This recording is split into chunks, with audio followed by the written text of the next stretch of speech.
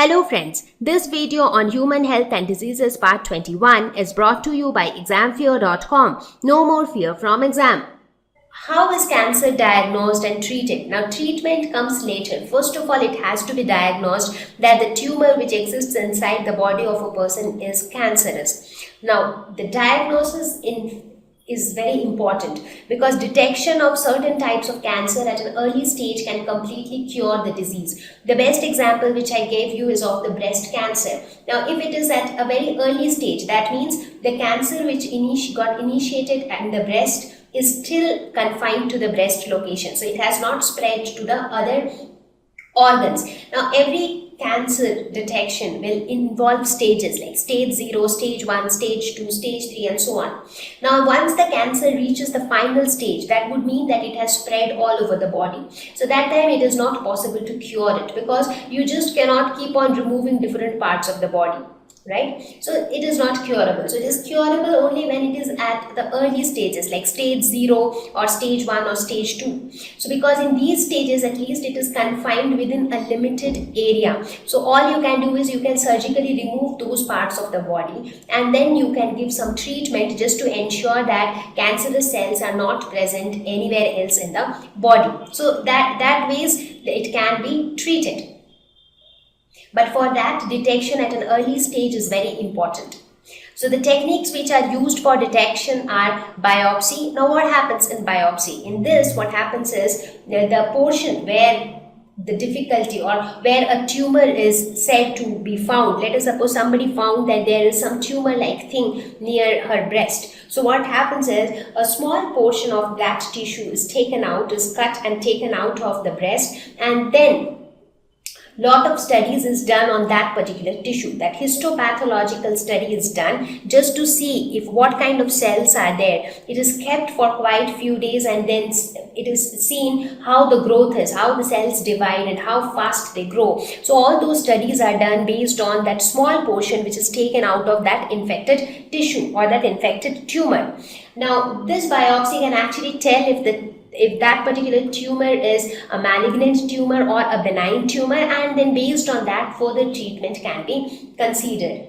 Now even before biopsy, radiography or MRI can also help just to understand, because with the help of scanning only you will get to know if there is something inside the body. For example, even if there is a tumor, it doesn't happen always that a person will feel the presence of a tumor from externally. So sometimes the tumor is located deep inside and you really can't feel it externally. So in those cases, MRI or radiography can actually help you to see that yes, a tumor exists. And now once you know that a tumor exists in that particular location, then a biopsy can be performed where a small mass of cell or a small portion of the tissue is taken out and then histopathological studies are done over it to check whether it is cancerous or not, whether it is a benign tumor or a malignant tumor. So this is how the diagnosis procedure takes place.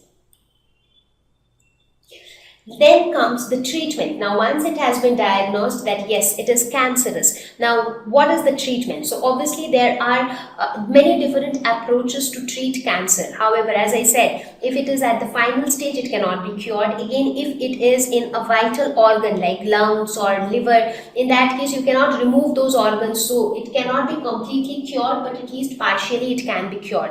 That too if it is at an early stage. So the common approaches for treatment are surgery. That is the first step because it is very much important to remove all the cancerous cells from the body. So even if a person has breast cancer, if it is at a stage 1 or a stage 2, a little later stage, the entire breast is removed to be on the safer side. So surgery will remove the cancerous cells from the body. The second step is chemotherapy. Now what is done in this therapy? Chemo means chemical, therapy means a medication.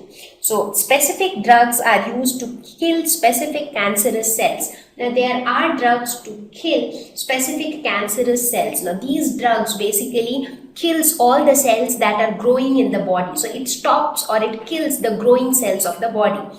So as a result of this, it is not very specific in its action. It is specific in the sense that it can kill the growing cells, but there are certain other cells in the body also which are growing. For example, the hair cells. Our hair keeps growing all the time.